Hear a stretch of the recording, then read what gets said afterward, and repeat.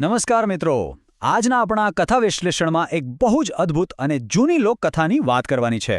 આ વાર્તા છે જીવીબાઈ, તપીબાઈ અને રાજાના એક એવા કોળાની જેણે આખા નગરનો ઇતિહાસ બદલી નાખ્યો. હા, સાચું સાંભળ્યું, એક કોળું. આ વાર્તામાં ભાગ્ય અને ભક્તિનો એવો જબરદસ્ત ખેલ છે ને કે સાંભળીને ખરેખર મજા પડી જશે. તો ચાલો ફટાફટ આ ઐતિહાસિક સફર શરૂ કરીએ. વાર્તાની શરૂઆતમાં જ એક બહુ મોટો અને ઊંડો સવાલ મનમાં થાય. ખરેખર આપણા ભાગ્યની દોરી કોના હાથમાં છે? શું તે પૃથ્વી પરના કોઈ શક્તિશાળી રાજા પાસે છે કે પછી કોઈ દૈવી શક્તિ પાસે? આ જ તો આખી વાર્તાનો મૂળ મુદ્દો છે. જેમ જેમ આપણે કથામાં આગળ વધીશું ને એમ આ સવાલનો જવાબ એકદમ રોમાંચક રીતે ખુલતો જશે. તો વિભાગ 1, બે પડોશણોની કથા. ચાલો એમના વિશે જાણીએ. આપણી વાર્તા શરૂ થાય છે એક જ નગરમાં રહેતી બે સ્ત્રીઓથી, જીવીબાઈ અને તપીબાઈ. સમય ચાલી રહ્યો છે પવિત્ર પુરુષોત્તમ માસનો. હવે બને છે એવું કે બંને પાડોશીનો રોજ નદીએ સ્નાન કરવા તો જાય છે, પણ બંનેની વિચારધારા એકદમ ઉત્તર અને દક્ષિણ ધ્રુવ જેવી. એક તરફ જીવીબાઈ આખો દિવસ બસ એક જ રટણ કરે, જય જય નરપતિરાય, મતલબ કે નગરના રાજાની જય. એમને એવું કે રાજાની સત્તા જ સર્વોપરી છે. જ્યારે બીજી બાજુ તપીબાઈનો મંત્ર સાવ અલગ છે.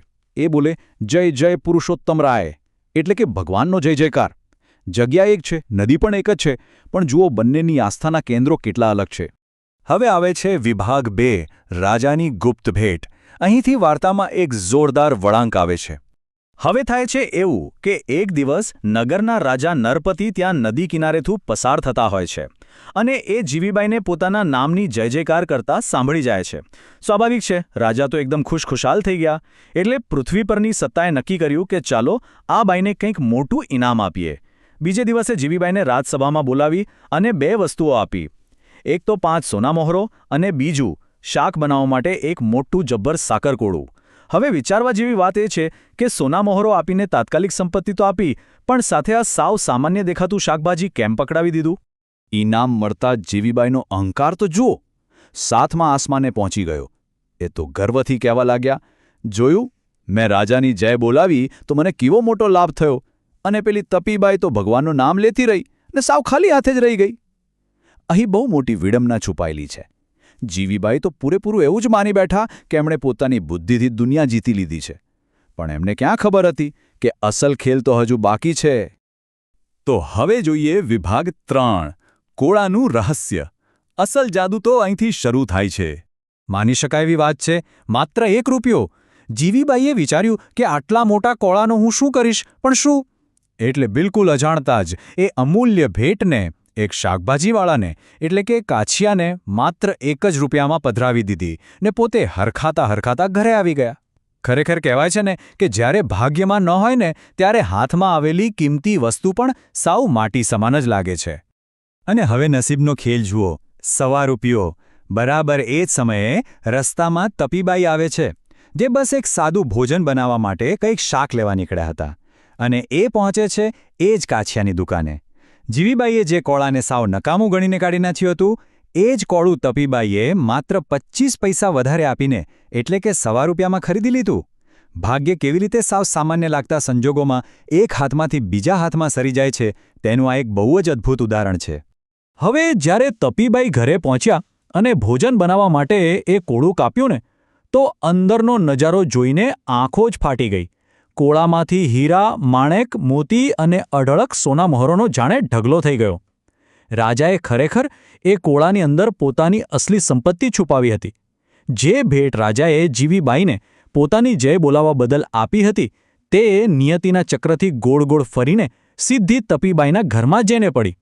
હવે આટલી બધી અણધારી સંપત્તિ મળ્યા પછી તપીબાઈએ શું કર્યું હશે, એ જાણવું બહુ રોમાંચક છે. એમણે આ સંપત્તિનો પોતાના સ્વાર્થ માટે જરાય ઉપયોગ ન કર્યો. પુરુષોત્તમ માસનો છેલ્લો દિવસ હતો ને, એટલે એમણે તો આખા નગરના બ્રાહ્મણો માટે ભાતના પકવાન બનાવીને એક ભવ્ય જમણવાર ગોઠવી દીધો. બ્રાહ્મણોએ પણ બહુ જ આનંદથી ભોજન કર્યું અને આ નિસ્વાર્થ કામની ચર્ચા આખા નગરમાં આગની જેમ ફેલાઈ ગઈ. ચાલો આગળ વધીએ. વિભાગ 4, રાજાની તપાસ. સત્યની શોધ શરૂ થાય છે. આ ભવ્ય જમણવાર અને તપીબાઈની વાહવાહીની વાત સીધી પહોંચી રાજમહેલમાં. રાજાએ જ્યારે બ્રાહ્મણો પાસેથી સાંભળ્યું કે એક ગરીબ તપીબાઈએ આટલો મોટો જમણવાર આપ્યો છે, ત્યારે એ તો ચોંકી જ ઉઠ્યા. બસ પછી તો રાજાની પૂછપરછ એકદમ ફટાફટ શરૂ થઈ ગઈ. સૌથી પહેલાં બ્રાહ્મણની પૂછપરછ કરી, પછી સીધા તપીબાઈને તેડાવ્યા. તપીબાઈએ તો સાચે સાચું કહી દીધું કે કોળામાંથી સંપત્તિ મળી અને એ કાછિયા પાસેથી લાવ્યા હતા. પછી કાછિયાનો વારો આવ્યો અને અંતે જીવીબાઈને દરબારમાં હાજર કરવામાં આવ્યા અને ફાઇનલી સત્યની બધી કડીઓ એકદમ પરફેક્ટલી જોડાઈ ગઈ. આ આખા કોળાની સફર પર નજર કરીએ તો ખ્યાલ આવે કે આખી ઘટના કેટલી વ્યંગાત્મક છે. કોળાની શરૂઆત ક્યાંથી થઈ? રાજાથી.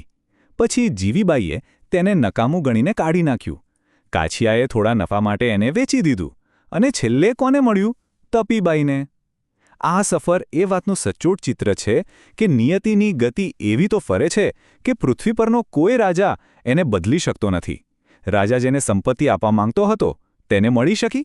વિભાગ 5 કર્મ અને ધર્મનો પાઠ. આખી કથાનો નિષ્કર્ષ. આ આખી ઘટના પૂરી થયા પછી વાર્તાના ત્રણેય મુખ્ય પાત્રોના તારણો શું હતા એ ખરેખર સમજવા જેવું છે. સૌથી પહેલાં વાત કરીએ પેલો શાકભાજી વેચનાર કાછિયાની. એ બિલકુલ સહજતાથી એક જ વાત કહે છે, જેના જેવા ભાગ્ય. કાછિયો અહીં એકદમ તટસ્થ નિરીક્ષક તરીકે ઉભરી આવે છે.